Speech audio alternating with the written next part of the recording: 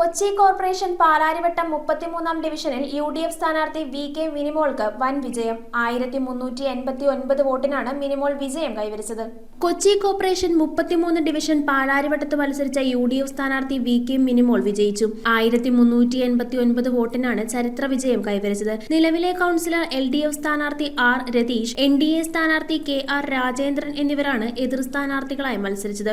533 വോട്ടാണ് LDF സ്ഥാനാർത്ഥി R രതീഷിന് ലഭിച്ചത്. 856 വോട്ടുകളുടെ ഭൂരിപക്ഷത്തിലാണ് എതിർ സ്ഥാനാർത്ഥികളെ പിന്തള്ളി VK മിനിമോൾ മുന്നിലെത്തിയത്. ഇതൊരു ചരിത്ര നേട്ടമാണ്. UDF തൂത്തുവാരിയിരിക്കുന്നു.